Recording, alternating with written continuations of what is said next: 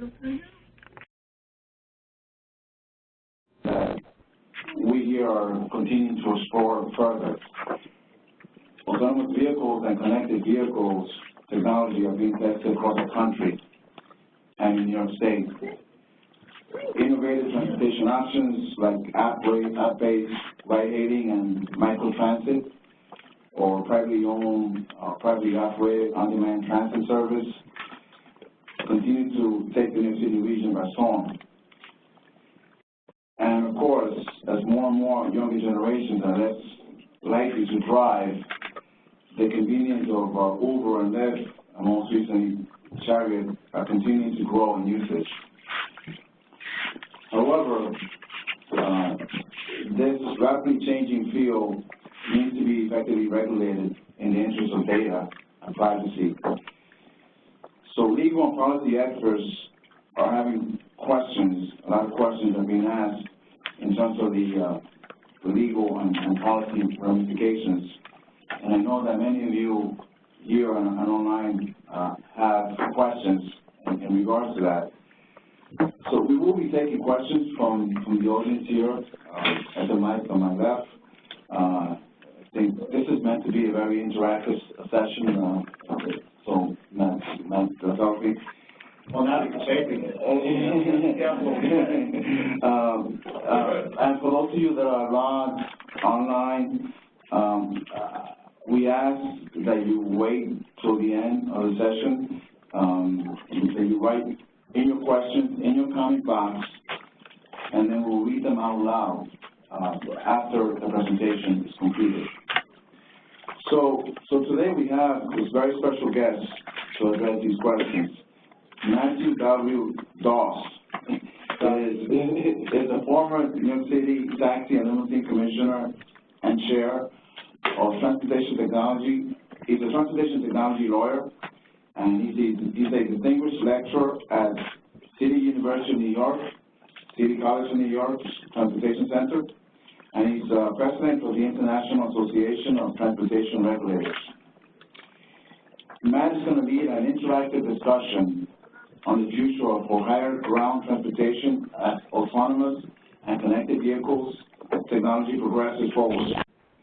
So now I would like to welcome Matt to the podium. Thank you, Kim.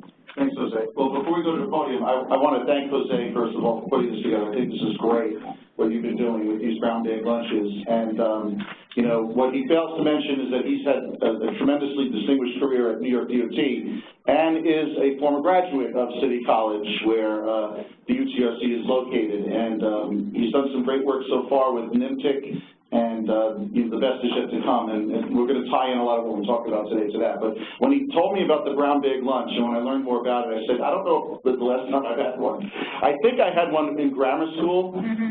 These days, you know, putting on some extra weight in the private sector, I don't really do brown bags. In government, we didn't really eat.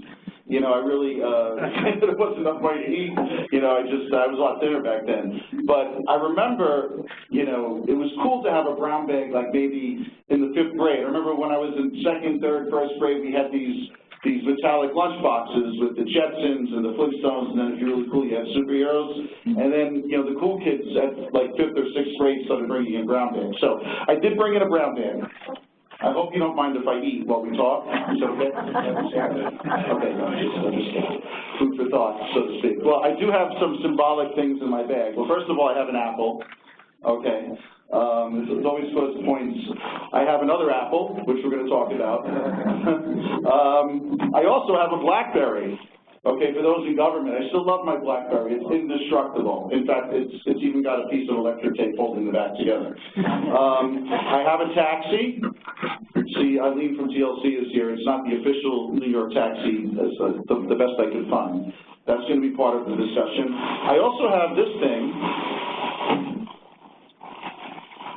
Now, this is an SUV, a black SUV. I'm not really sure what this is anymore. Is this a TNC, an Uber, a Lyft, a Via, a Juno, a Get, a limo, a Livery? I mean, I think the Fix New York report kind of, you know, laid out what are we doing in these industries anymore. So we're going to talk a lot about that and the data that we get from that. And then this is the closest thing I could find to an autonomous, I'm sorry I'm making a mess here. My kids got involved. This is, I guess, the closest thing to an automated vehicle that we could find. God hopes it doesn't come out like this. I think it looks really not sexy. It's small. This looks kind of like the Waymo vehicle. Hopefully we'll get like maybe a Tesla-looking sports car. And last but not least, and people that I know are going to kill me for doing this, but yeah, I have an Uber gift card for the person who asked the worst question. So we got, yes, I have it. It's right here. There's only $15 on it, by the way. But anyway, thanks, Jose, for having me. I'm now going to go a little mobile. I hope you guys can follow along. So we're going to talk about the law today. Got me? Okay. Yes? No? Huh? Sorry.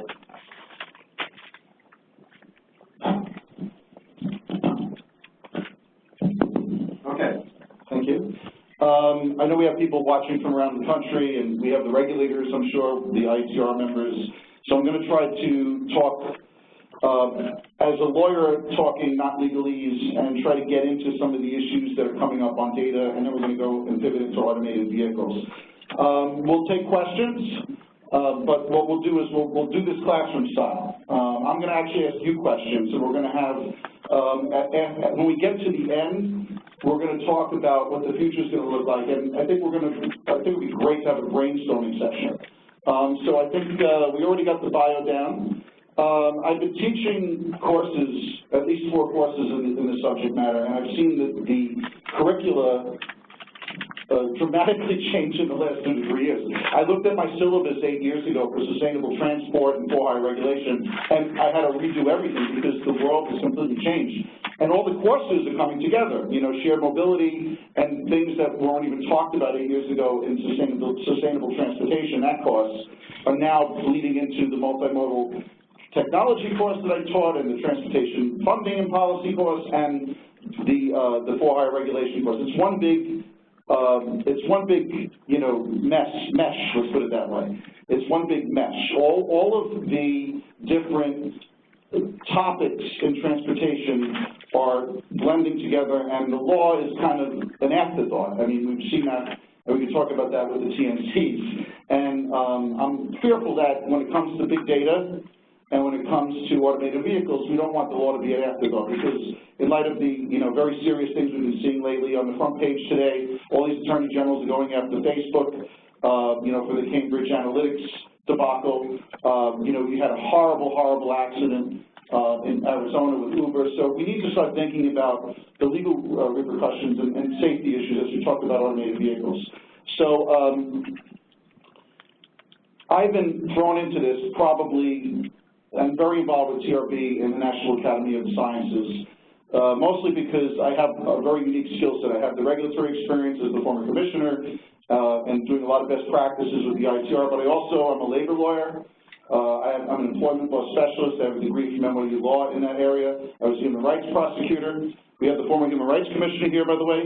Shout out to Pat Gatling. Hello. And we also, I also have a lot of experience litigating in the tort world and insurance. All the issues that come to bear on the automated vehicle and the data privacy front. So there's a couple of things I've been involved in. We have a legal forum that I co-chaired with TRB where some publications came out of it that talk about all the framing of the legal issues that we're going to be facing with automated and connected vehicles. Number 2, this is a very important symposium that I'm involved in. I'm one of 4 U.S. delegates with Professor Shaheen from UC Berkeley, who's the chair, and we have 4 members from the EU, and we're doing a big summit in Brussels where the TRB and its research agenda for socioeconomic impacts of shared mobility is going to be put forward in a document which hopefully can be used by MPOs and everybody in the field to identify what the issues are. And there's a lot of papers that are going to be written. So this is a pretty interesting document that's going to be coming out. I'm also involved with the Automated Vehicle and Shared Mobility Forum. And believe it or not, I'm on a committee with NASA that wants to bring flying taxis to New York City. So we should talk about this because it's actually something that they're serious about. You know, and I don't know whether they're going to be automated or not. We'll see. But let's go back to the basics. Let's talk about, we're just a block away from the TLC. I see some colleagues from the TLC here. You know, this all started with something known as TPEP. And for those of you who don't know what TPEP is, it means Taxi Cab Passenger Passenger Enhancement Program.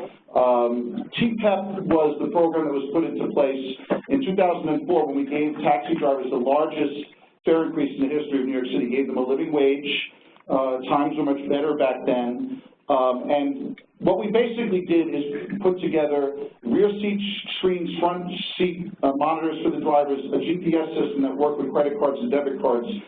And not everybody likes the advertising that you see in the back, but there are public service announcements. It was a great city project, but one of the most fundamental things that came out of it is data. For the first time ever, we had real data to play with, the pickups, the drop-offs, the fare box. We could finally actually see what the cabs were doing. And just, you know, this is just a sampling of some of the ways that we can take the data from the taxis and map it out to see the impact on the industry. You know, those are taxi trips from 2001 until January of 18, and here's the fare box revenue. We didn't have this before.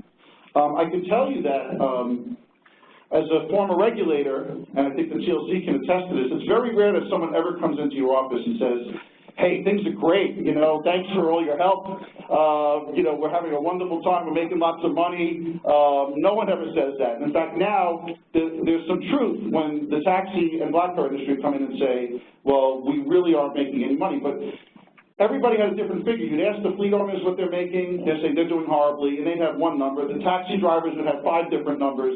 Well, this kind of was the great equalizer. For the first time ever when making policy, deciding whether and how to do a fare increase, we actually have real data on pickups, drop-offs, and you can, because it's a metered rate of fare, ascertain how much is being earned on the fare box and how that's being distributed through the lease cap system.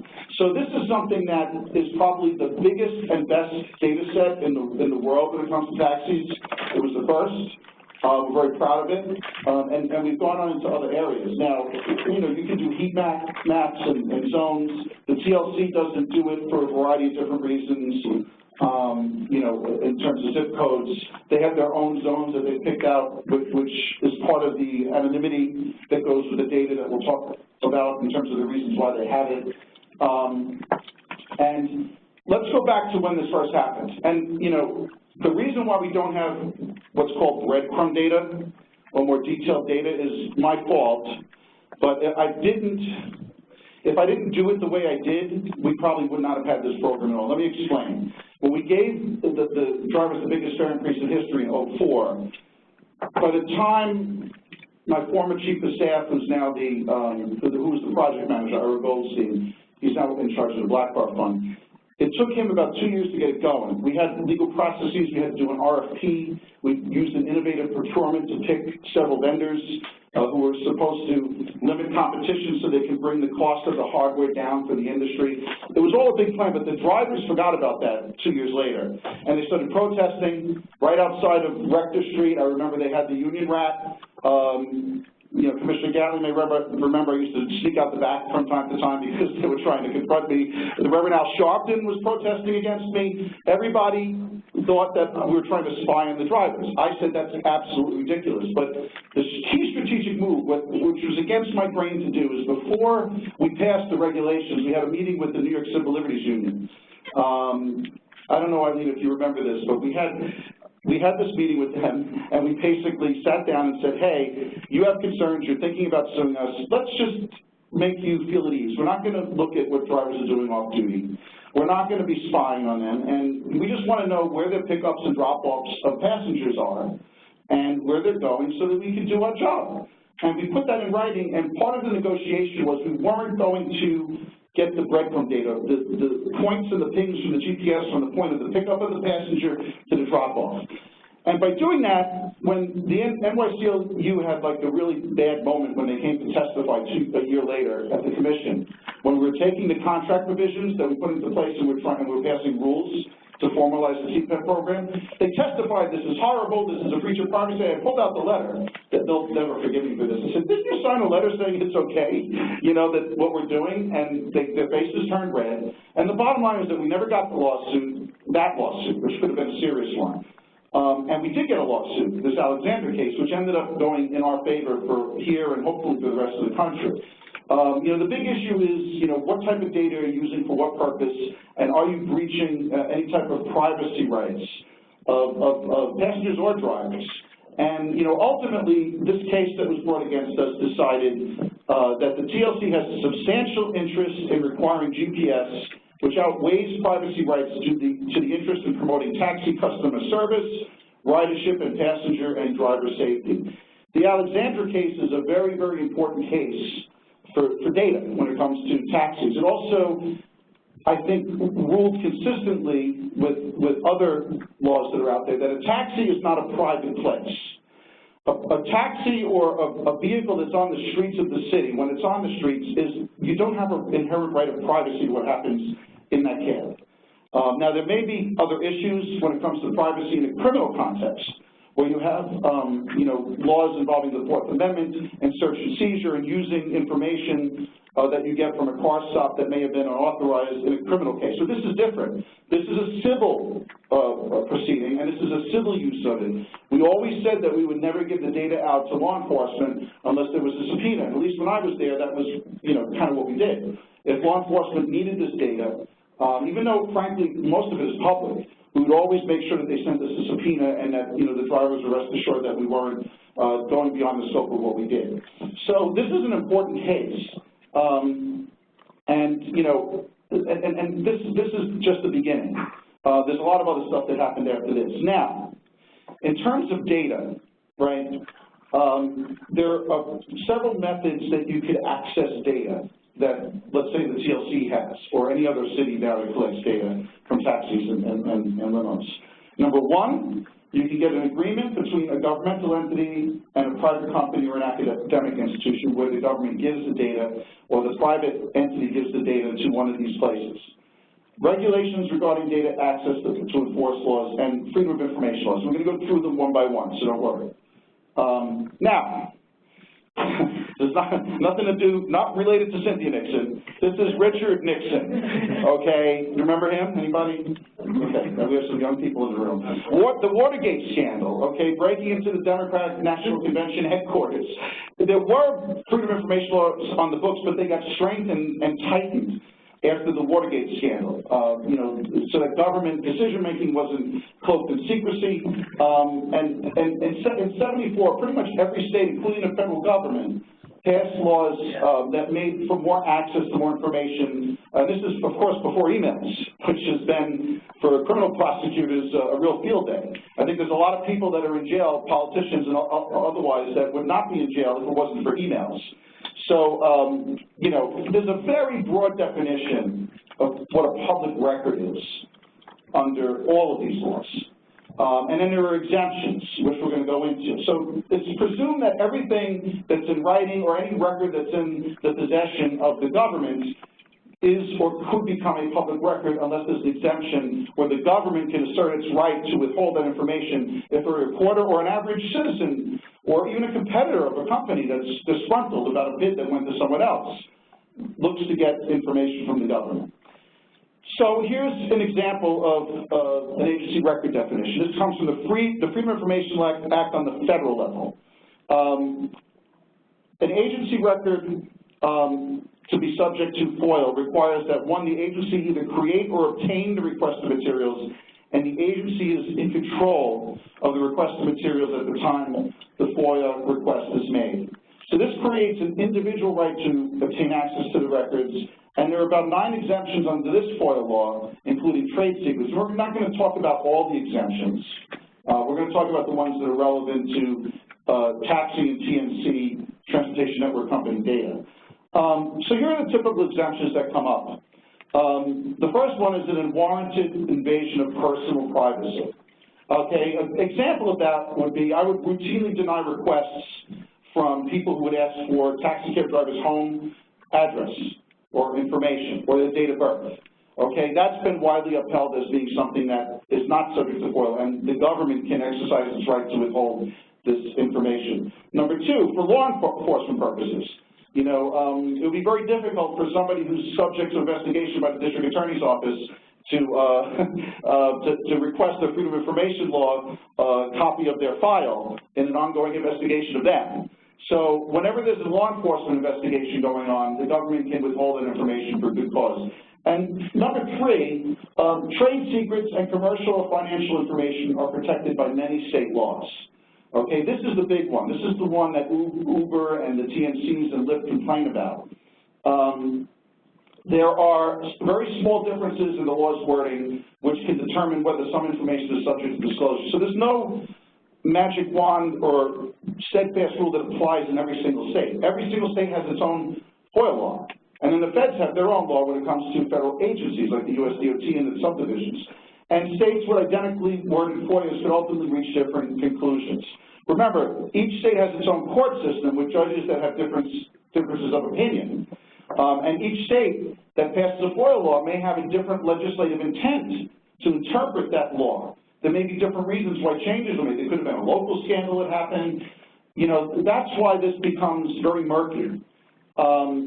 Now, here's just a couple of examples of data and how it's played out in some of the courts and some of the different laws. In Texas, for instance, the Freedom of Information Law protects trade secrets, but it goes further, and it even protects from disclosure commercial or financial information, disclosure of which could cause substantial competitive harm to the person from whom the information was obtained.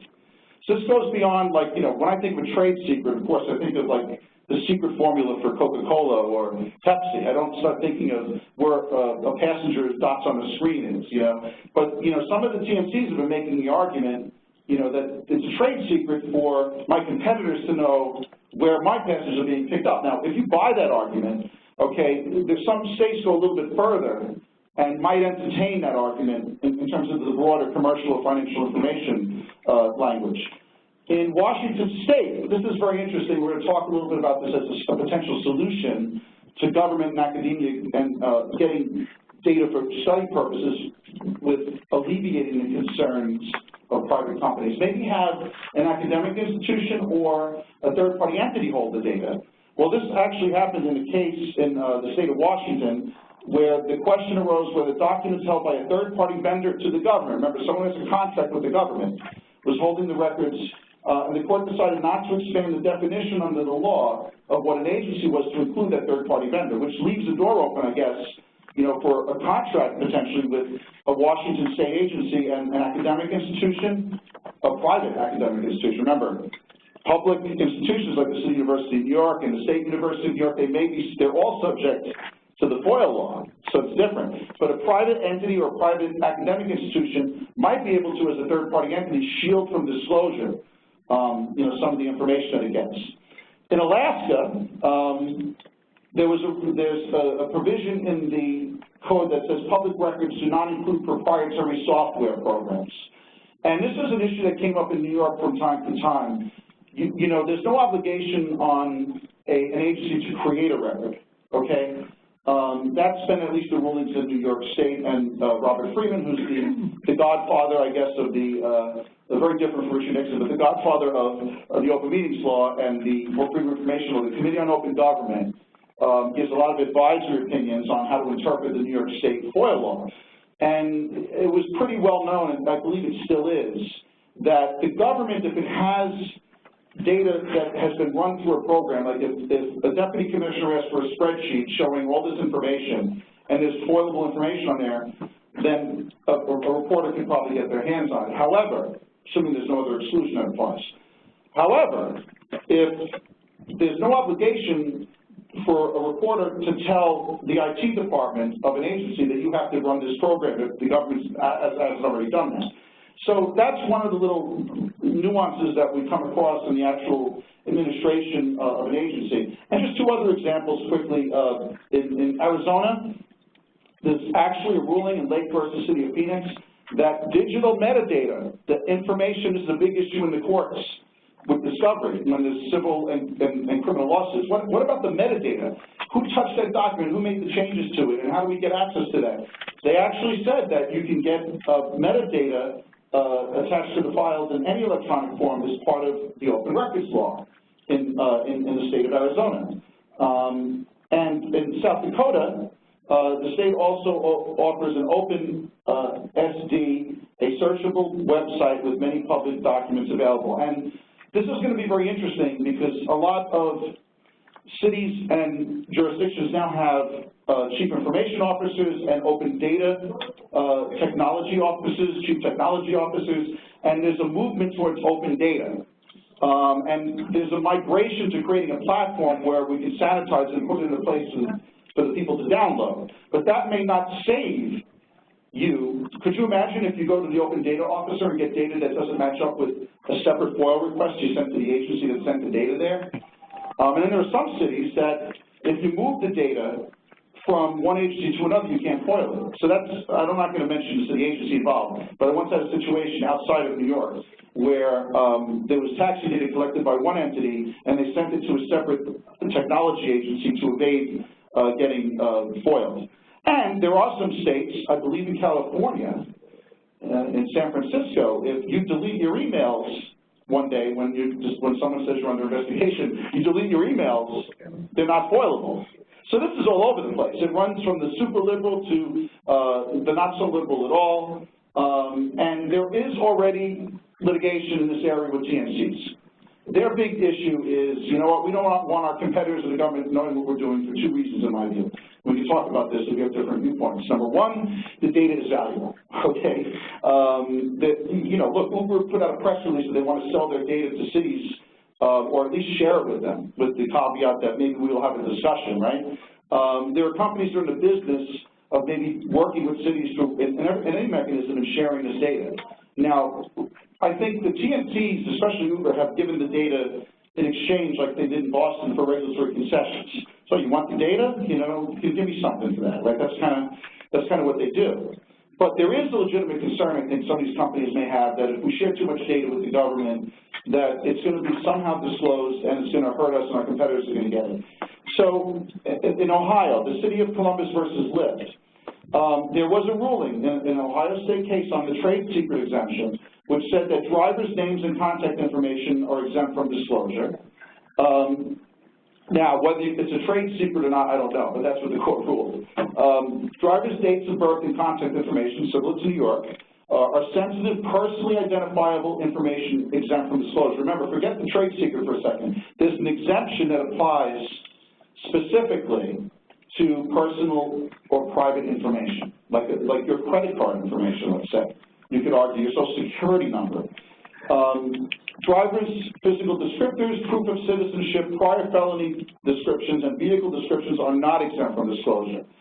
So some of the key things that are involved in the vetting of a license were found to not be exempt from disclosure, and if Lyft had it in the government's hands, it would have to be disclosed.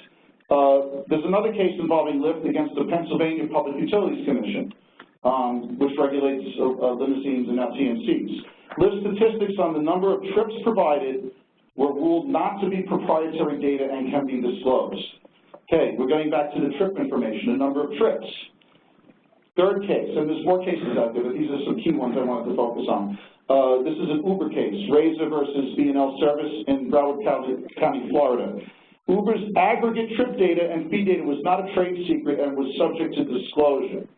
Okay, remember, aggregate, anonymization, not finding out where somebody was dropped off in terms of the actual address, so someone can go on,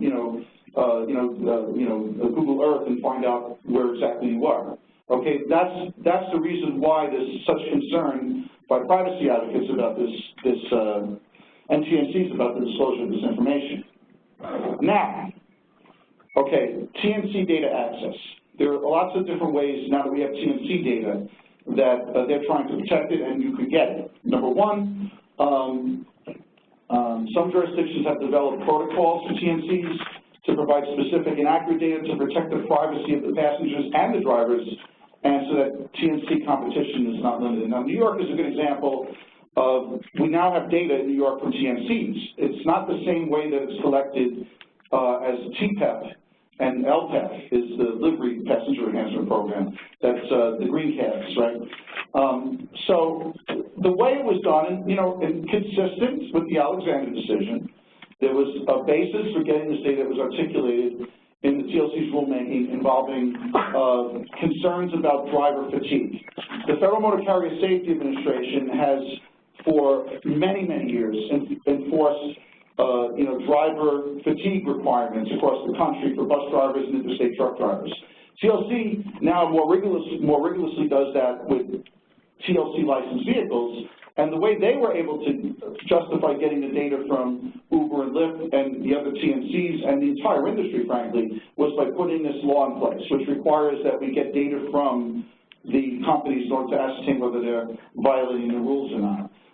So the FHB basis, and this includes limousines, taxi, you know, Uber, Lyft, every black car and livery and limousine base in the city of New York has to indicate to the TLC the drop-off date, the time, and the location, in addition to the pickup date, time, and location, and it needs to be either an address, intersection, or airport on the corresponding latitude, longitude for those locations. And if the bases provide an address, intersection, or airport, they do not have to provide latitude, longitude.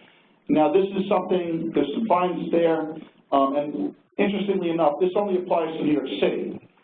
Probably the most severe law that was passed on the TNC side, the Transportation Network Company side, is in New York State. Outside of New York City, and this is the first time this has been done, the TNC law that gives the Department of Motor Vehicles of the state of New York the authority to regulate TNCs, you know, in Long Island and Westchester and so forth, they actually exempt the TNCs from the FOIL law. A lot of people didn't catch this until after it happened. It's the only state that has done that, to my knowledge. And what that means is that if you serve a Freedom of Information Law request to the Department of Motor Vehicles saying, I would like to know the name of that TNC driver that committed this crime, they can deny it because they're not allowed to give it to you. Now, you can get it through the police, you can get it through other sources. I don't even think the TLC can request it from the state DMV. And going one step further, and to enforce the law under the TNC law in New York State, this I've never seen before. The TNCs must agree to the audit sample with the DMV. I kid you not. You cannot just do an audit of the driver records for TNCs in New York State. You actually have to have an agreement that you reach with the entity that's being audited. I've never seen anything like that before. I think it's gone a little bit too far, but hey, we got some good data now. Now we complete the picture, right? Well, now we have the TNCs. You know, here's Lyft, here's Uber, and now we can look at things like this and see, unfortunately, what has happened on the streets of New York City to the yellow cab industry, which is in chaos right now because of the growth of FHVs. The black line is Uber, the pink line is Lyft, and the yellow line is the number of trips for taxi cabs. You can see how they're going down and how Uber has now surpassed it. So these are things that, you know, when you're doing a story and you're dealing with a reporter, everybody's got a different theory and everybody's got different facts. Now the facts really don't lie. Okay, the facts are the facts. Okay, TLC has the facts. And this is a great example for the rest of the country in a lot of different ways. Now, in terms of other ways that TNC data can be sent over to cities and protected, Boston, for instance, has an agreement with Uber where they collect all this data by zip code, you know, the duration of the trip, the wait time, and the agreement itself, the legal agreement between the city of Boston and Uber says that the data is a trade secret or commercial or financial information exempt from disclosure under FOIL. There are limitations on disclosure not applicable with Uber consent, so Uber drafted the agreement, so they're running the show. And access limitations and confidentiality obligations put into the agreement. Now, this may or may not save Uber from disclosure. Does anybody know why? Anybody have any theories? Is this valid, per se? Remember, this is an agreement with a city. A city is a subsidiary of the state. The city of New York can be wiped out by the state overnight. Cities only are a creature of the state. State laws Federal laws preempt state laws, depending on the situation. State laws preempt city laws. State laws preempt city agreements, unless authorized by the state law. This has absolutely nothing to do with the Massachusetts Freedom of Information Law. Whether the reporters and media and academics can get access to this data, let's say Uber says to the city of Boston, I don't want you to give it to them. There could be an action brought in court saying, you know what, it doesn't matter what this agreement says. The state FOIL law, if you read it, preempts this, and the way it's interpreted, it may allow you to have access anyway. So this may be actually, it could be potentially a waste of time. Of course, Uber's lawyers, and hopefully they have good lawyers, they're going to walk into court saying, hey, the city of Boston agrees it's a trade secret, and there's a trade secret exemption under the Massachusetts FOIL law. Well, that doesn't make it so. The way the law works is you have to look back at the legislative intent and the wording of the statute when it was passed and ascertain whether it's a trade secret under the case law, not under some lawyer's theory and some city agreement by a locality. This is something that a lot of people are missing. I think a lot of lawyers, good lawyers, probably know about this, you know, on the Uber side, I'm sure, but I think there's some hoodwinking going on here, or people didn't think it through. The California Public Utilities Commission, one of the first entities to start a TNC law, started first in Colorado, and the California PUC beat them to it. The first TNC law where there's a separate standard for insurance and for background checks, and it's much easier to get a license to become a TNC. And the definition of a TNC, by the way, if you look at it, it says basically using a digital platform and an app that you're a TNC. But then it has this exclusion at the bottom. It says this shall not include taxis, limos, and liveries, and they are to be regulated by local law and not able to take benefit or advantage of this deregulatory law. That was done on purpose. It was done to tie the hands of their competitors, right? But if you look at the first part of the definition, any taxi or any limo using an app is a TNC. But the legislature said, no, you can't do that because, you know, Uber and Lyft, the best defense is a good offense. They had the lobbyists, they had the power, they had the juice. You know, let's really, you know, give it to our competitors. Now, this law asks one thing of the TNCs. We want some data. Because, look, the California PUC does not have that many enforcement officers. They're not like the New York City TLC. They don't have hundreds and hundreds and hundreds of officers that are going to, you know, surround Uber, Lyft, and shut them down. So they need to rely on the data for a variety of reasons, including law enforcement. And they ask for a zip code, the date that the request was accepted, and the one thing they were required to do, they didn't do.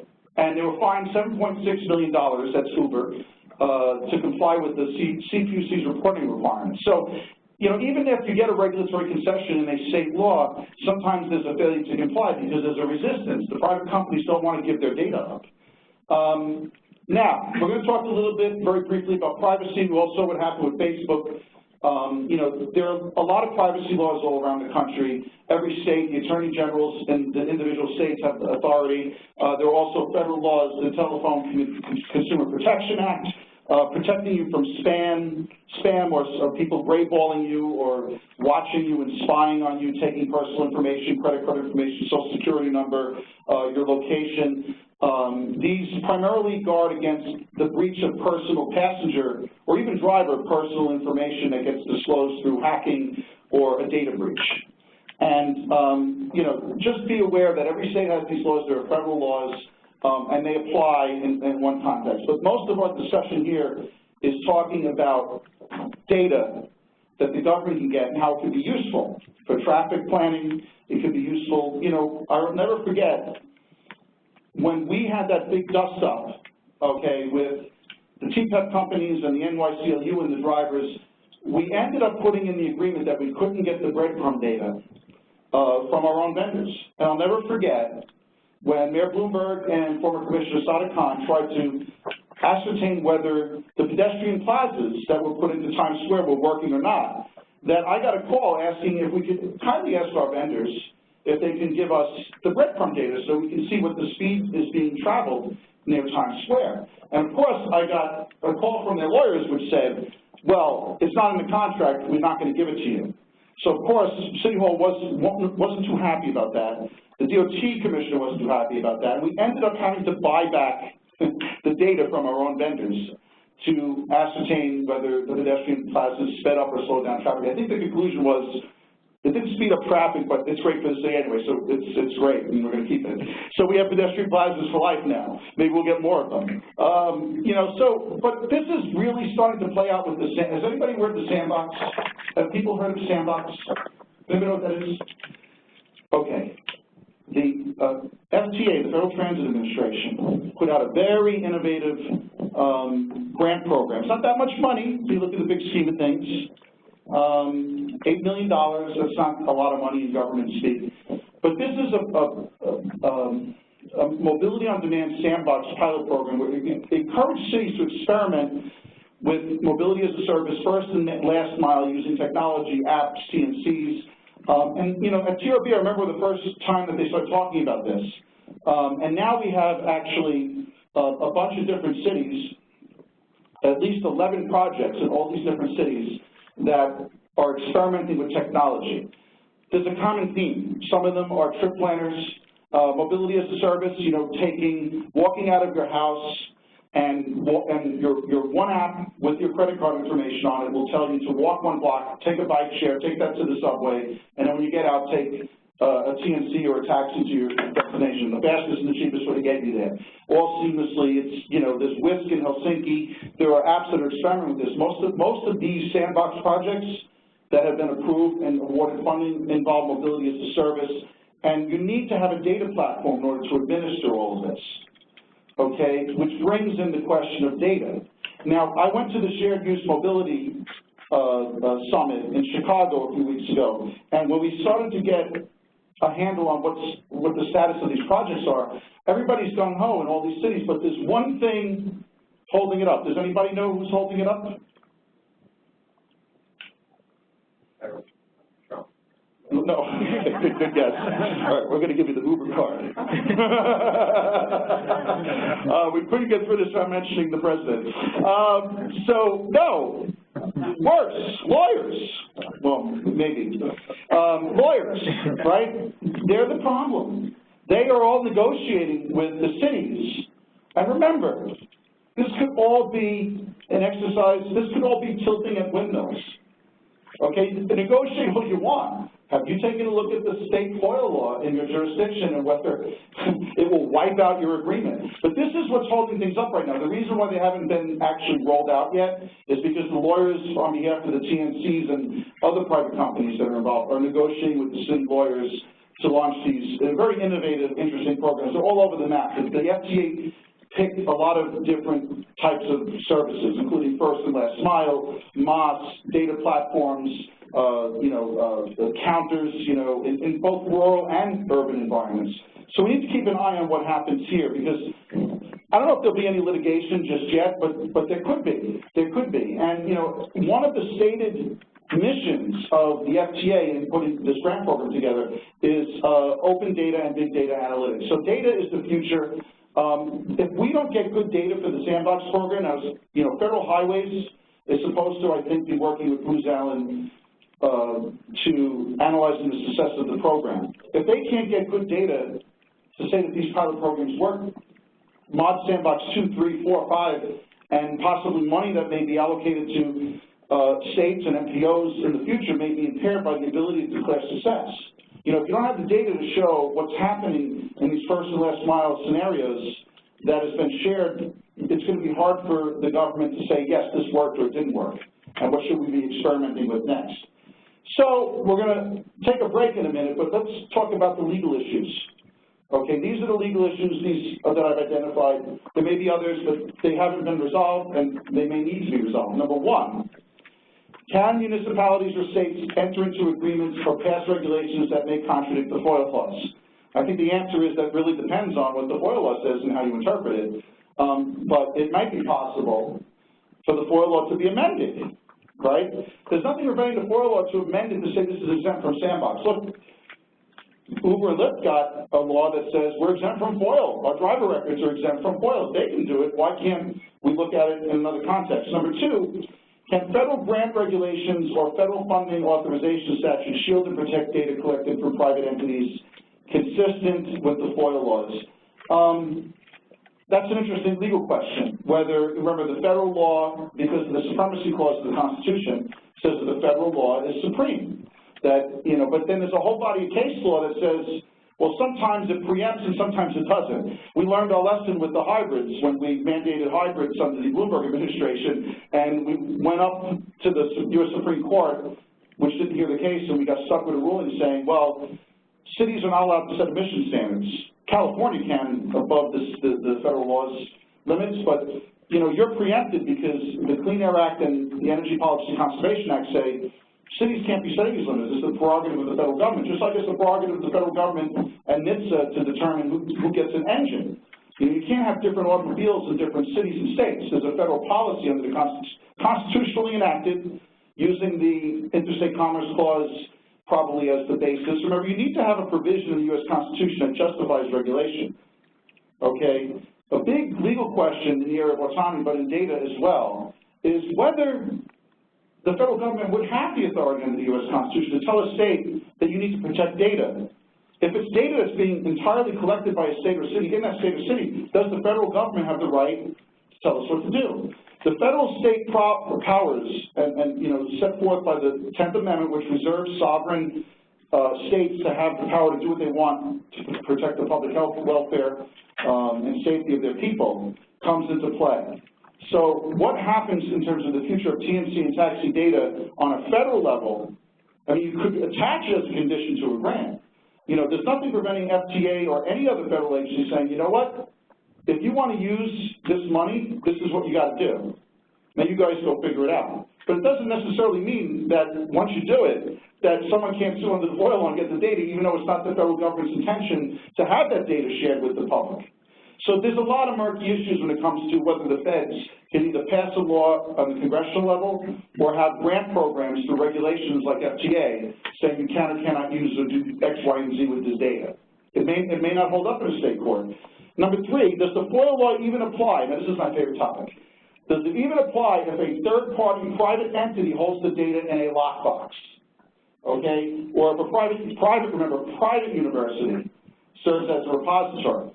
Now, a lot of state FOIA laws, you know, and we talked about Washington State, they all kind of identify what an agency is. This is one possible solution to hopefully keep Uber happy, to keep, well, we can always keep, it's hard to keep them happy. Maybe the TNCs will be happy with the solution with the lockbox. You know, they'll probably say, well, who's this lockbox? Who's the entity that's being hired? But follow me. You have a government agency that enters into a contract with a separate data warehousing company that will take the information from the TMCs and the taxis, put it into one format, anonymize it on a platform, and will only send to the agency information like state DOTs have data platforms. They have dashboards to monitor, the highway conditions and repair work.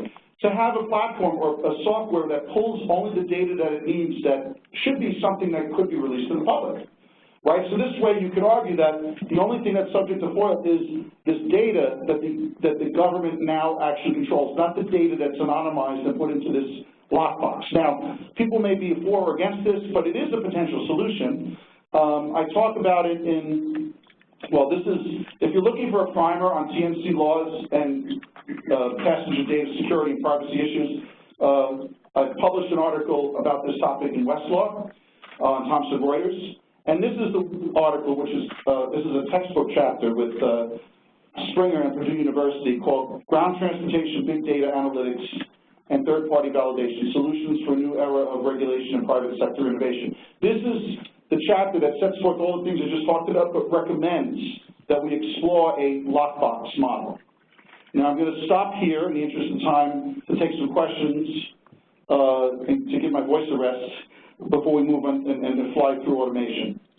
Does anybody have any questions on big data, the law, security? Matt, I'll start it out. In terms of a trend, there seems to be a nationwide trend in terms of mobility on demand and public-private partnerships in achieving, the necessary mobility that a particular entity, needs to have. So how does this play into the picture here with the legalities of privacy and the data? Yeah, no, it it's a good question. I think the trend is to do more of these projects and to have public-private partnerships, but the biggest part of doing a public-private partnership when there's data involved is you're interacting with a government agency that may not be able to control that data. So there's a simple fix if there's the political will to do this. The fix would be to the FOIA law. It's a simple amendment that would maybe carve out on a state level and on a federal level that if there's experimentation with these types of programs, that the data shall be secured. But really what we need is some type of uniform agreement. I mean, the trucking industry has it. You know, they have, Reedy Associates has been aggregating private truck data for years on the freight side. I think the stakeholders in Silicon Valley, you know, the TMCs and TRB and all these other entities that are involved need to get their heads around a standard or a best practice for data collection, almost like what we did with the Uniform Commercial Code for lawyers, you know, for contracts, like a uniform best practices standard that everybody can adhere to, or like, you know, PCI compliance in the credit card industry. If the big companies can get together and say, this is how we're going to protect your data and secure it, why can't we do it when the future is all about this? So to answer your question, I think we need to have that standard, and there probably needs to be legislative action, because I think that's a more secure way or a better way to do it in the interest of the public than to wait for all these court decisions to create a panoply of different rulings in different states, which gives some states and cities an unfair or advantage in terms of doing better things than others. Yes? Thank you for your presentation. I have a specific question about the THC data, origin and destination. Is there any reason that they do not share the trajectory of the trip to the public? Well, I think it could be in New York, for instance, that since the taxis didn't share it, why should we share it? I mean, in my opinion, I don't really think there's a good reason.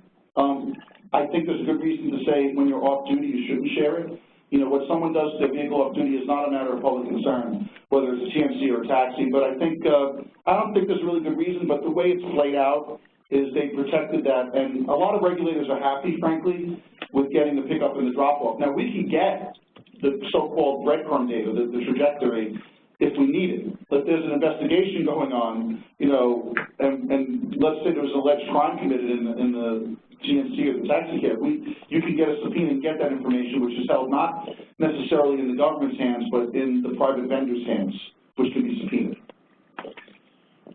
First, a comment. My wife is often says to me that in her next life she wants to come back as a Y chromosome. In my next life, I'd like to come back as a corporation. They seem to have the real rights. Now, you can do that now. I can set you up. You'd like to be an LLC or an S corp? I need a lobbyist and a lot of brown envelopes. My real question is that you went through it very fast. There was a chart there that compared taxis, the yellow green cabs, and Uber and Lyft. Yes, that was it. This one? No, the one before. Right, that one. It's hard to read. But when I saw a version of that in the newspaper, I looked at it and I said, when this all started, when Uber and Lyft, before they started, we had what is that? It says I have trouble seeing it. It says 12 million trips, is it? On the chart to the left. Here. Yeah. There's just cabs, right. That's 12 million trips. This is cabs, and this is Uber, and this is Lyft. Okay. And you go to the right, and you add up cabs and Uber and Lyft. You'll see that there's been a 50% increase in the number of trips accumulated, aggregate. Okay. This doesn't include all the companies, by the way. We just singled out TNC. But it does explain congestion in Manhattan. Oh, yeah. Well, I don't think we needed data to figure that out. Beginning and end. So now what it is they turn around and they want to put big fees on trucks and on POVs. And somehow, there's your answer. They've increased What's the answer? That this was the problem? Traffic has increased because of that. I agree 100%. And so the subway is going down, buses are going down, and these people are going up. But when they come, oh, we're going to beat up on private owners. it's just Trump is right. You're not listening. We brought up Trump twice. Okay, well, listen, I personally, I agree with you. I'm glad I don't work for government anymore. I can say what I think. I've been saying, I saw it with my own eyes. I drive up to Harlem to go teach. I've seen the traffic get horrendous progressively, and I look around, and it's all TC plates. Now, the TLC and the mayor at one point tried to put a cap on the number of vehicles. I think there's a chance that that could happen, but let's call this what it is. This is not congestion pricing. Congestion pricing, if it's done properly, should start with a modal shift when you charge passenger vehicles, and where do those passengers go? Do they go hopefully to the subway, buses, TNCs? If the governor only does limos, TNCs, and taxis, it's an MTA tax. It is not going to stop congestion. It's going to potentially make it worse, and basically the MTA will get the money they need to fix the subways, but it's not congestion pricing. I don't think it's a good word to use to describe a fee that's solely put on for-hire vehicles or even freight. When you go to passenger vehicles, that's demand pricing somebody who, look, people are not going to, maybe people will stop using FHVs, but that's not going to stop them from coming into the central business district. The drivers, we've had some really horrible situations. We've had 4 suicides. It may get worse for them. If people are priced out of taking FHVs in the city, they're going to be taking other modes, and those drivers are going to hurt even more because they're not going to go anywhere. They're going to go to work. So I know it's a little bit off topic, but since you brought it up, I agree with you.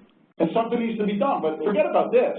I think we should go to the city council and have a growth limitation, not for all the small companies that have been screwed, but for Uber. Uber is the only company that has grown like this, okay, and they are the problem. So sometimes you can pass a law. They get exempted from everything. Well, they got a lot of money, a lot of lobbyists, a lot of lawyers, but I have hope. There's a new chairman, Ruben Diaz Sr., who held a big hearing a month ago. TLC testified. There's bills coming out. I think something's going to happen. I hope something's going to happen, but 2 separate but unrelated topics. Okay, so we need to move on now. So, yes. Oh, I'm sorry. Hi there. I want to thank you. That was really informative. I just want to ask 2 questions on 2 slides. Sure. That you were discussing. One slide had the graph that you just showed, which had the Uber and the Lyft. Yes. Rising every year, and then the yellow caps going down. And you also mentioned the Alexander case, which basically started the whole data process. My question is, in the context of congestion, like the gentleman mentioned, shouldn't the data or the raw data evolve as well, what we collect? Because now with TNC companies, they have car sharing, so you can have multiple people for different rides going through to each location. Right. The usual yellow taxi just goes from point A to point B with one rider. Right. Now you have different raw data, different variables. Seeing this graph right now, I'm a big proponent of at least congestion control, whatever form it may take. But what is your, experience in, is there any feedback from TNC companies in providing us evolved data, like I mentioned, car sharing, number of people per car for different locations, things like that? I don't know if the TLC actually collects that granular data on the number of passengers. I know the companies have it. Via was the first company to really do real ride sharing. We went years with Uber and Lyft pretending they were doing ride sharing, saying they were doing it, until the Associated Press in 2015 in their style book said reporters should not use the word ride sharing because Uber and Lyft are not sharing rides when there's 1 passenger and 1 driver, okay, and then the driver's getting paid. So that fallacy went out the window. But then, to their credit, Uber and Lyft did create a ride sharing program with multiple passengers. Uber Pool and Lyft Line and Via and all the Get and others are looking into programs. So I think it's great. It's the future. My proposal to the council the other day when I testified was, hey, ban surge pricing during rush hour, because that's making an already untenable situation worse, where the money to be made is when it's at peak demand. Mandate sharing during rush hour. Mandate it. I don't know how it could be enforced. I'm sure there's a way to do it with technology, but really that's when we should be sharing. Every time we looked at group rides and we experimented during the transit strike at TLC with group rides, it all worked when it had to work and it was needed. But if New Yorkers have a choice of taking a cab by themselves, they're going to take it by themselves. I learned that the hard way. When we did a pilot in 2010, the only ones that really worked was when there was in a controlled environment, like at the airports or at the bus terminal, where there's a lot of people waiting for cabs, and you could in an orderly way line them up. Now the technology exists, with Via and even Uber Lyft, where you could, take 4 or 5 different passengers and group them up and have very complex algorithms to figure out what's the best way to get someplace. The passengers pay less, the drivers make more. That's the way to use surge pricing. Allow people to come out, but share so that the demand for the cars comes down and the supply will ultimately come down. Now, do I think it's going to work? I don't know. It's never been done before. But we have to do something. Things are getting worse by the day, and inaction is not a solution here. So, yeah, this is very, very troubling, what's happened here, and hopefully we'll have a solution soon. But those are good questions. Now we're going to move off to automated vehicles. Okay, there we go. Don't laugh at this. This could be true very soon, okay? Especially if NASA has its way and we start doing flying taxis. All right, so the future is here already, okay? The technology is here, but this is not new. Going back into the 30s and the 50s, at the World's Fair in '39, GM had a Futurama exhibit with driverless vehicles. We had a famous advertorial about self-driving cars in the 50s. There's a lot of futurists and forward-thinking back in the times in the 70s. Japan, Tsukuba Mechanical Engineering Lab created the first vehicle that could process images of the road as it drove, equipped with 2 cameras that used analog computer technology for signal processing, and it was aided by an elevated rail. In the 1980s, we had the first autonomous vehicle created using LiDAR, the light detection and ranging system, which is on some of the cars now. So this is not really new. This is something that's been toyed with. It hasn't been fully developed. Just like, electric vehicles are not entirely new. The first electric vehicles were cabs. They were electrobats. And because of World War I, Henry Ford and Edison, with their partnership to create an electric Model T, had to put that on hold for a variety of reasons because we went to war. And we had tried, tested, and true combustion engines, which worked in wartime, and then they created the electric starter, which is an invention that made the entire issue of the hand crank obsolete. Remember, Edison and Ford, and I'm pretty sure Ford was the chief engineer for Edison, and now Ford has a division that gives that's looking and gives Edison its name in the Ford Motor Company. We were looking at innovative mobility. So the whole thing's come full circle. But electric vehicle technology was there, at the very beginning. And for political reasons, we started using oil and petroleum. And the R&D and the research and development for all those years did not include batteries. But Toyota and Honda, and the foreign companies were developing the electric vehicle technology and the hybrid technology. And when we had the Great Recession, and we had Hurricane Katrina, and the gas prices were through the roof, they came in and kind of took over the market, and that's why we have hybrid electrics, and now we're moving towards electrics. So, in terms of technology, these things were thought about before, but there was never a need or a desire to do it until now.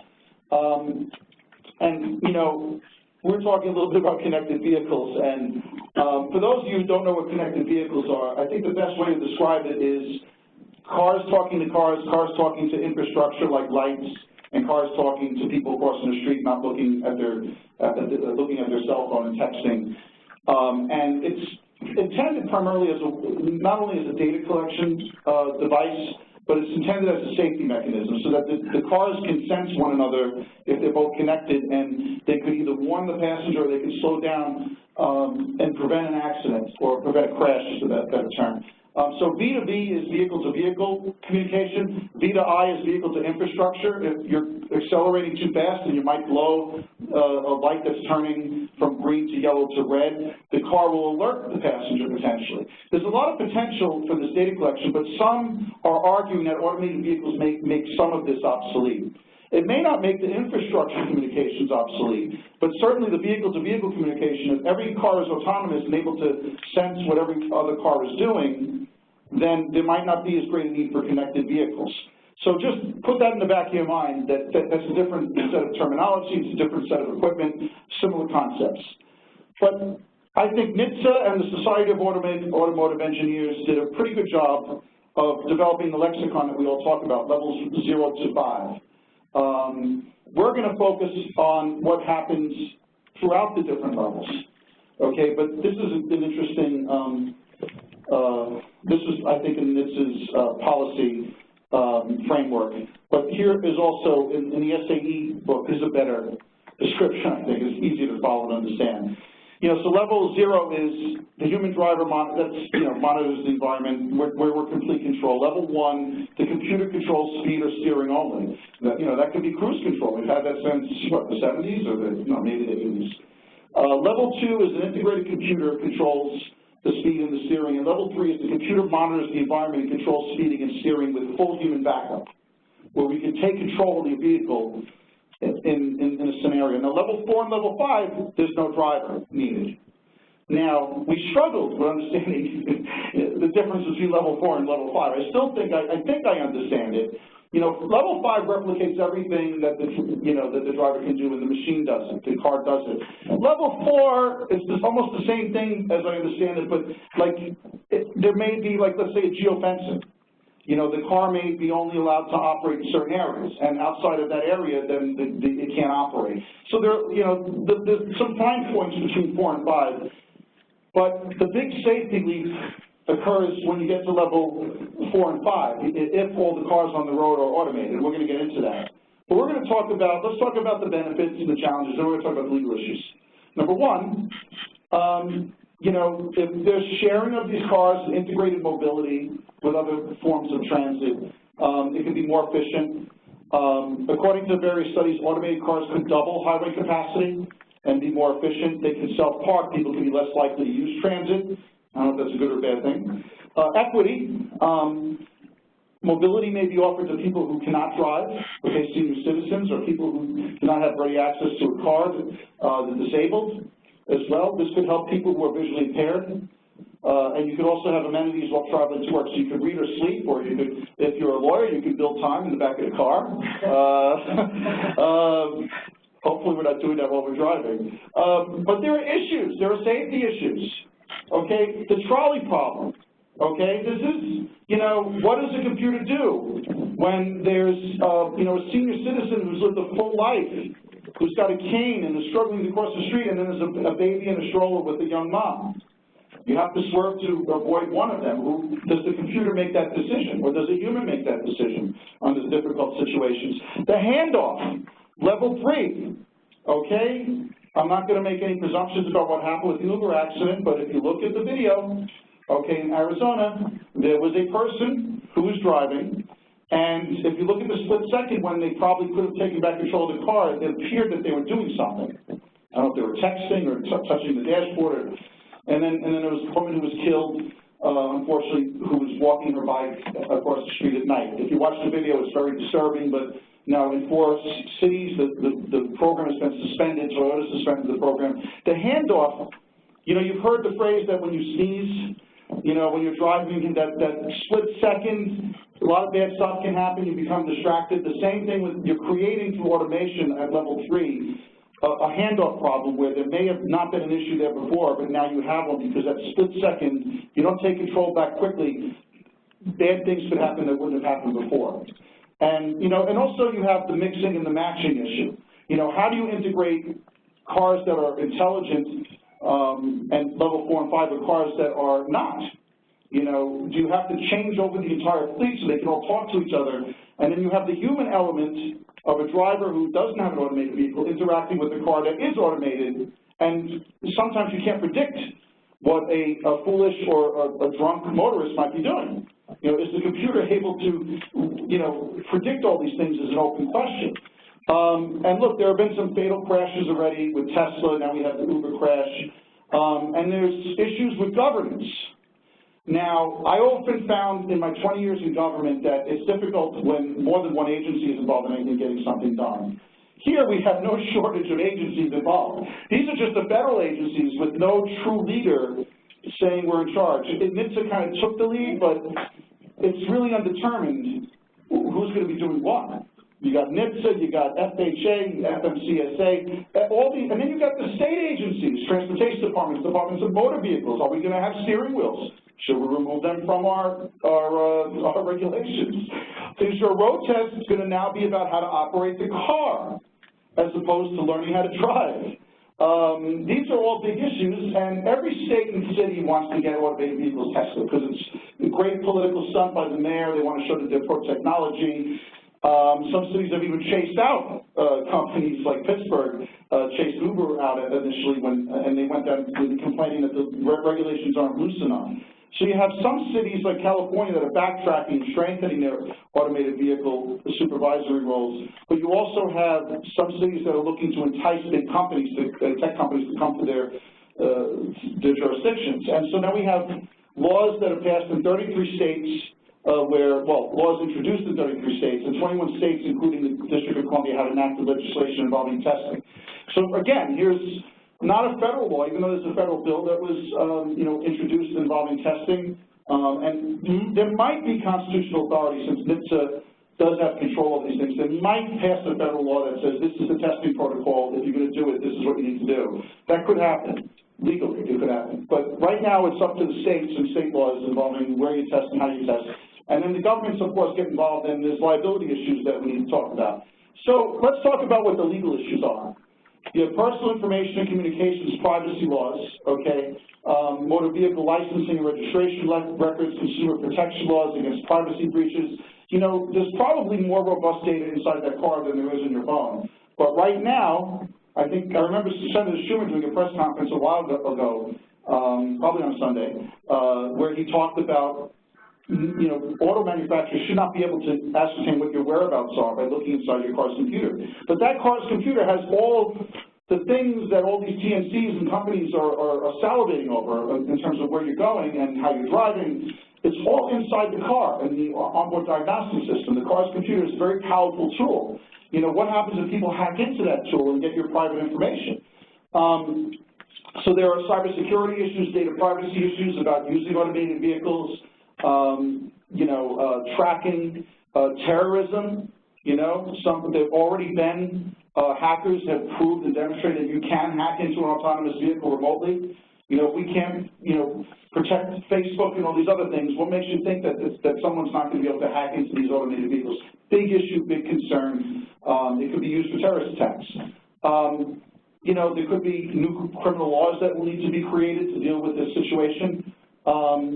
Tort liability, negligence, personal injury, liability for damages to individuals caused by crashes, wrongful death.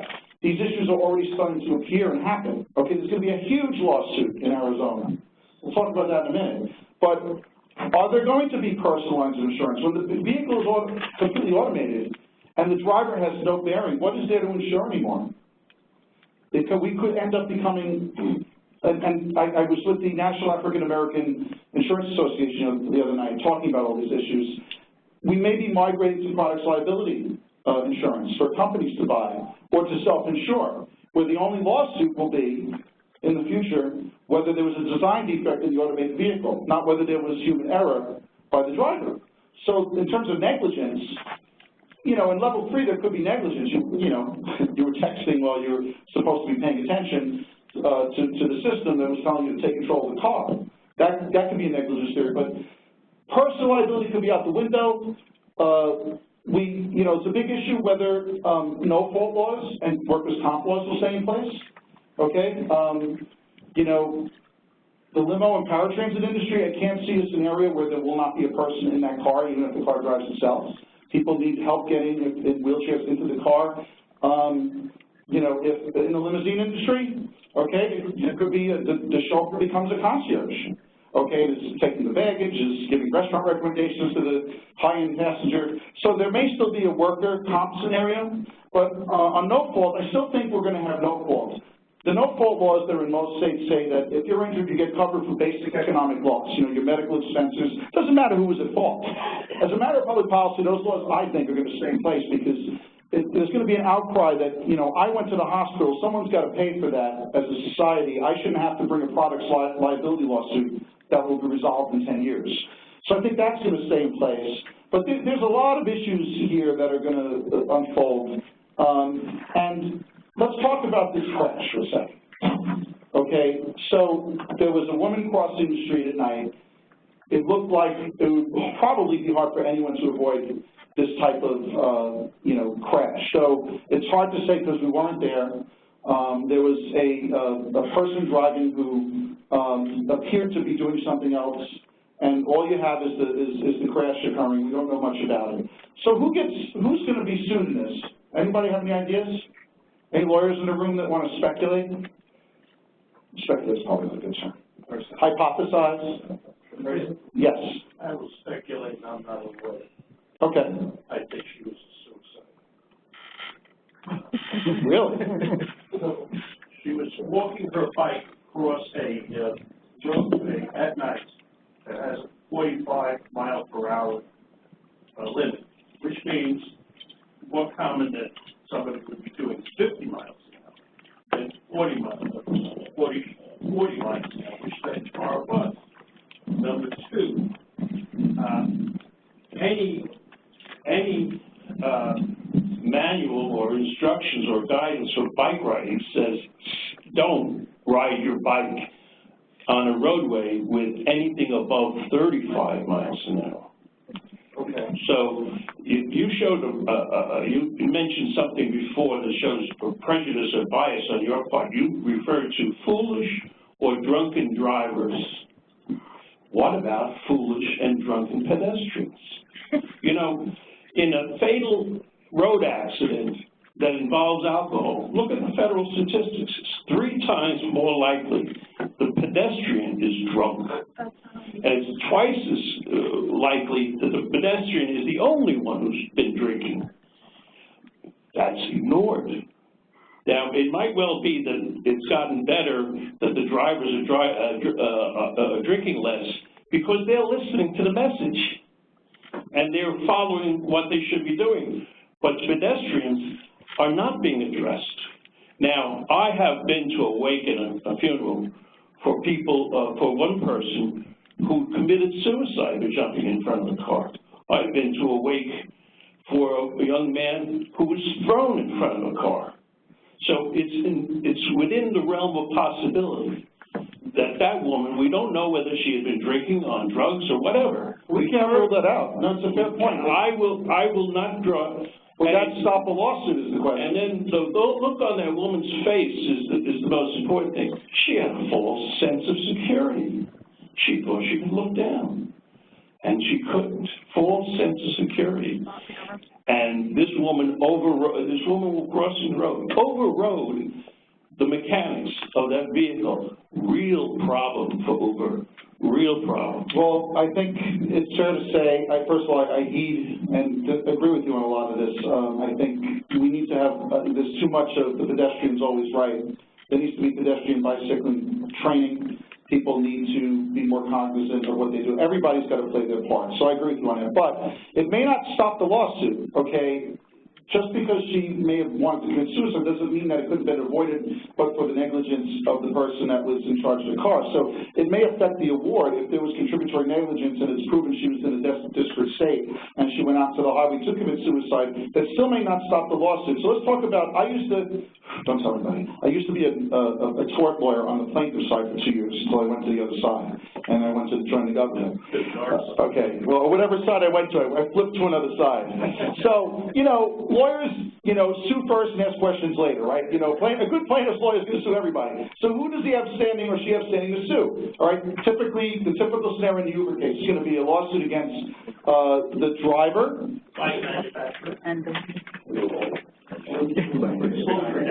That's an interesting theory. Okay, we have the vehicle owner, the driver, Uber, possibly the city of Tempe, Arizona. A special duty of care. Governments are sovereignly immune from lawsuits unless they create a special duty of care. I had a case involving the Port Authority early in my career where there was a high crime area in the bus terminal and they had a surveillance camera set up. And the security guard fell asleep and there was a vicious attack on my client. And the law says that a special duty was created in a high crime area and there is liability against the government. What liability is created by a government, is there a special duty of care created when you're allowing a potentially hazardous activity? Not in a remote retirement community where things are sectioned off, but in the middle of the streets where other people can be hurt. Labor. Are we going to have an impact on labor? Of course. Probably we'll find other jobs for them, okay? But, you know, it's going to be quite some time, I think, before people actually get displaced. There's going to be a lot of level 3 activity where people are behind, you know, behind the wheel. And look, you know, we have a lot of stuff going on here, a lot of different partners. You have already in Heathrow an automated vehicle going on the airport, an automated pod. You got Singapore and Japan trying to get it before the Olympics in Tokyo, and you've got Dubai doing all sorts of crazy things like flying taxis and automated vehicles. So this is happening everywhere, but I refer you to the phrase, you've heard the phrase, follow the money? Does everyone know what movie that's from? Deep Throat. All the President's Men is the subtitle, but it involved a character by the name of Deep Throat. Here's Robert Redford in younger days, and he said, follow the money. The future is probably less about what government's going to do or not do, and it's more about these interesting partnerships. Every app company has a partner at the dance in the automotive world. Look at these partnerships. Okay, Ford, Daimler Chrysler, GM with Lyft. Everybody's kind of sizing everybody up. And here's a great chart. You can't read it because I couldn't figure out how to do this, but this is in Bloomberg. And this is a great chart. This shows how incestuous the investments are in the partnerships between all the different tech companies, auto companies, and app companies, and anything mobility related. I don't know what this means. I don't know if this is like layering or reinsurance or spreading the risk or spreading the success or a Ponzi scheme. I'm not sure what it is. But it is something to look at because this is what's going to guide our future. And now we're going to hear from you. Okay, to finish up, I'd like to ask you some questions, if that's okay. We got about 5 minutes? 10 minutes. When we get to level 4 and level 5, what is the future going to look like? Now, we may be at level 3 and things may get safer over time and a lot may not change, but once we get to level 4 and 5, there's no driver. I ask you the question, where does car-to-go go? Where does Uber, Lyft, and taxis go?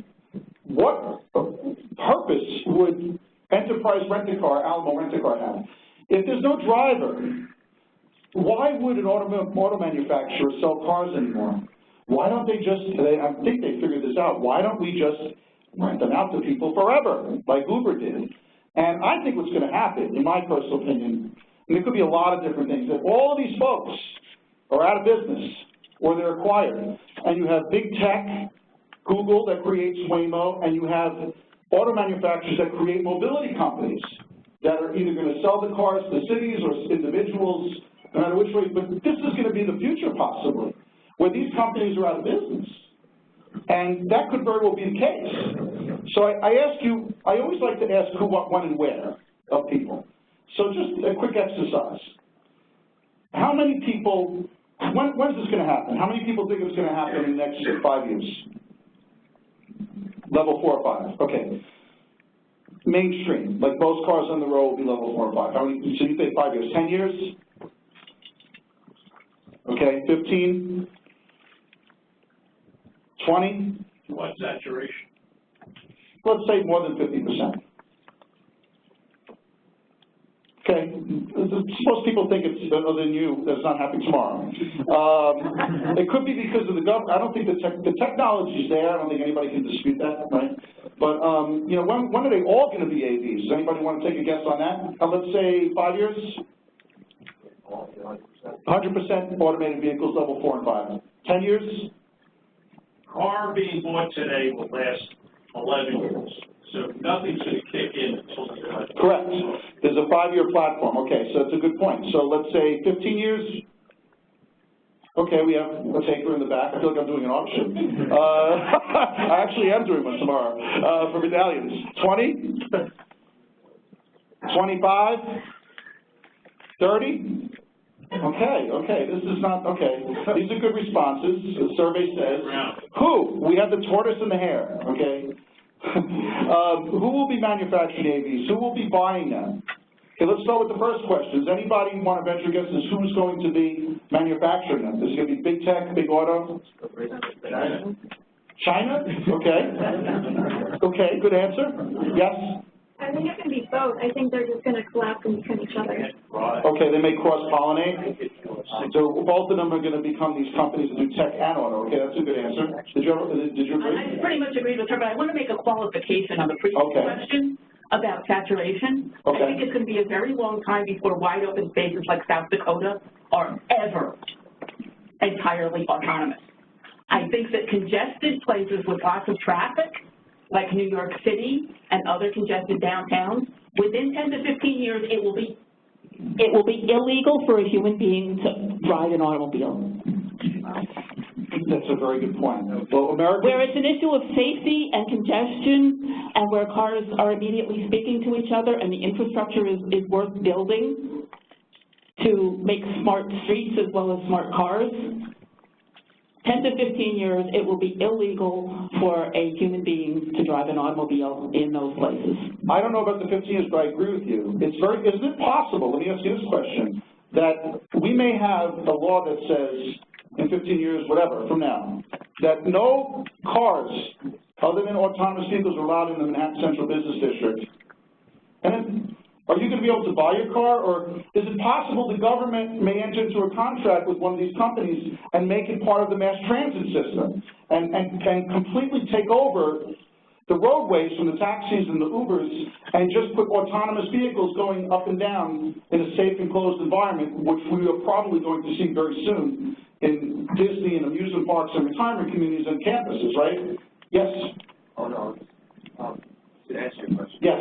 I mean, it's going to be, you showed on the previous slide, a lot of companies merging together, all manufacturers and tech companies. The thing is, because it's not standardized yet with the government, I mean, look at it with a smartphone. Every year or every 6 months, you have to update it.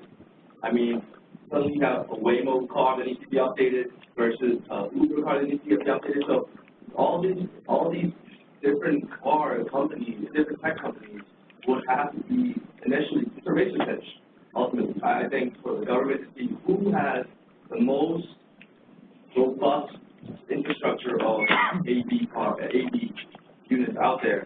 And I think at the end of the day, what's going to happen is, if Waymo has the most safest cars out on the street, they'll be the first that the government goes for. They'll start creating standardized cars based on Waymo's recommendations, in my opinion. No, those are good points, and it's also possible that NHTSA and the federal government, to prevent those type of situations, could pass rules, as far, which it does have now, on making sure that there are consistencies and uniformity, that the company's cars must talk to each other, even if they're different manufacturers, right? If it was proprietary, I mean, that's the biggest conflict if they wanted to work together. I mean, they wouldn't want to work together. It's all proprietary. Advantage. So, I mean, just based on that. Competition gets in the way of innovation sometimes, if not regulated. I think the gentleman in the back has, I'm sorry. Matt, can you go back to 46 and 47? Oh, okay. Yes. So, as we know, TNC spent a lot of money and a lot of time creating Senate bills around TNCs. Why are we classifying, or why are they classifying this category as taxi, autonomous taxi? You talking about Singapore? I'm just talking about in general. I mean, CES's entire convention hall this January was an autonomous taxi hall. Why are we deviating away from TNCs that have now basically vilified and discredited the taxi as a brand or as a category? It could be the way that taxi rejuvenates or reinvents itself. I mean, what we call it, I think. Is it a direct strategy by Silicon Valley? No, I don't think so. I think, I'm sure the TNCs wouldn't agree with that marketing strategy. They've done everything they could to damage the taxi brand. If the taxi industry was smart, they wouldn't be talking about doing an app now. They'd be talking about doing something with experimentation with autonomous vehicles. I don't know if they're doing that just yet. What they put out on the floor could be more for show for the auto manufacturers, in my view. But I do think that, you know, what we call it may change. I mean, why do you need to call it a taxi? What's going to be called as academic? Who's going to be owning and controlling this? I think the bigger issue. Why would somebody buy one of these cars? I mean, in South Dakota, North Dakota, most parts of the country, people like to drive. I like to drive. People may still want to drive. It'll be like a retro thing. They still may manufacture these cars, but the big question is, why is it in the best interest of an automaker to continue to sell cars when they can sell them maybe to cities or sell them to other entities and make an annuity on every trip? I think that's what the play is, and everybody's kind of lining up in different corners. Everyone's saying, oh, we love autonomy. You know, if I was Car2Go and Uber and Lyft, and that's why Uber was so big on trying to create their own autonomous vehicle, because they realized that the drivers are, you know, a hassle for them, obviously. They have a lot of lawsuits, but they also realized that their valuation may not necessarily be what people think it is, but once you get the patent rights to an automated vehicle, then it may be. You have to move on? Yeah. Okay. Yes. Regarding your supposition earlier that the autonomous vehicles would replace buses and public transit. Right. The problem is, with autonomous vehicles, you still have the constraints of space. A person in a bus or walking would take 4 to 5 square feet. If he's in an autonomous vehicle, he's going to take something close to 100 feet. 100 square feet. The space just isn't available in cities for that thing to happen. You might be right about that. But I think we can all agree that something is going to happen. What's going to happen? Where will they appear first? The modes? Some people say freight's going to appear first, buses on platoon, special lanes. The trucker's life may be different. They may not have to travel anymore. They could actually just go to a loading zone at the beginning and the end of an interstate highway. That's probably the most practical application. Where, like you brought up the question of rural communities versus urban. Urban, you know, may not be the safest environment, but it's probably, if you share, probably the best environment. And look, let's go back to the creation of the Highway Act and MPOs and why we're here today. Right, planning, you know. We need to start planning about these things now because they're here. I mean, let's not let the government let happen what happened to the taxi industry and the TNCs, where they were out there in front of the law saying, you guys are too slow, you're a tortoise, we're the hare. Let's get ahead of this. Government needs to plan and put someone in charge. There's too many agencies, there needs to be order to this chaos before the companies start going rogue, okay? And I think when you look at the funding that was spent on highways and the coordinated strategy and when MPOs were born, we need to now start, and I know Jose and NYMTC are looking in this area, we need to start planning, you know, for an autonomous and a shared mobility future. There's no question we need to be doing this right now. You know, when ICE-T was passed, has nothing to do with the wrapper, but the very famous federal authorization bill that gave MPOs a different mission to develop an intermodal transportation system. We started looking at environmental issues and funding through NYSERDA. We now need to be doing more of what SANDBOX does through entities like NYMTC and elsewhere, and it's already starting to happen. Boston's MPO released a report in December, you know, talking about how they can take advantage of understanding AV technology. The Central Texas Council on Governments, which is a little bit of a different entity, you know, has an autonomous vehicle department. They're researching in this area, and the future is about planning, but it has to be quick planning, it has to be thoughtful planning, and governance is a very big part of the equation. And government shouldn't be missing in action. They should be ahead of the curve as much as they can. Now, here's an article that's coming out in the Transportation Lawyer. If you want it, I think you need a subscription, so call me and I'll see if I can arrange something. But this basically talks about all my ideas on what's going to happen to the for-hire industry. Some of what we've talked about already. Will there be a taxi industry? Will there be Uber? And what the legal issues are specifically. So thank you for your time. I don't know if we're out of time or we have more questions. It looks like we don't have any questions online, but I know this is very engaging, very interesting. So is there any one burning question out there? Or two? We'll take 2 questions. I have one. Thank you, first of all, for the presentation. I like your enthusiasm for what you do. I wanted to ask you about, are there any studies that have been done that look at the percentage of potential accidents caused by malfunctions of these autonomous vehicles? I'm unaware of any studies. are we aware of any? My team? I have my team here, my autonomous vehicle team, Song Yu Wang, Kristen Cassidy, and Jeannie Oshiroso. Have we seen any studies out there? I don't remember. No? I don't think there is anything. Yeah. There will be. I would hope so.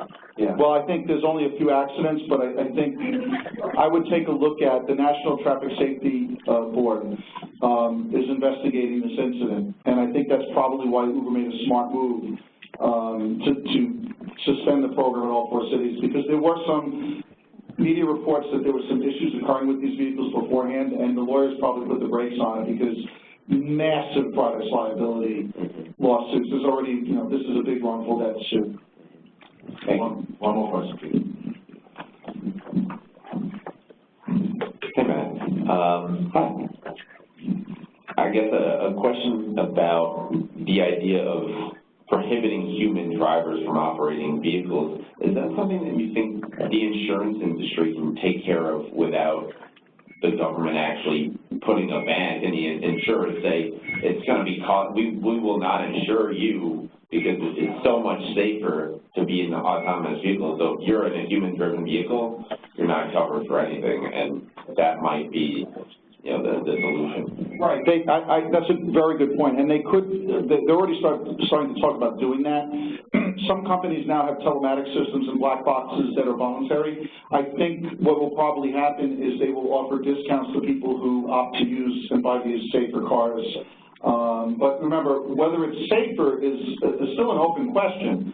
I mean, remember, the underwriters and insurance companies are looking at the additional risk added in a level 3 car where you have to go back and forth. In a level 4 and 5 car, once it's been demonstrated as sound, you know, before we get to full autonomy, when there's still a period where people are buying cars, I think they'll likely, if they can demonstrate it has been safer, they will give premium discounts, like they already do now. I mean, if you install one of these devices that will monitor your driving on the car, they'll give you a premium discount. But then also, if you do something wrong, you're screwed.